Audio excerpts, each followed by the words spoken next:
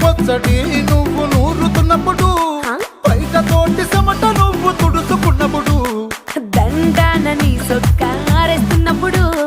నీ ఒంటి వాసన తెగ గుర్తొచ్చినప్పుడు రెండు చేతులెత్తి జుట్టు ముడిసినప్పుడు జండు కత్తుకొని పడుకున్నప్పుడు అలసిపోయి నువ్వు ఆవలించినప్పుడు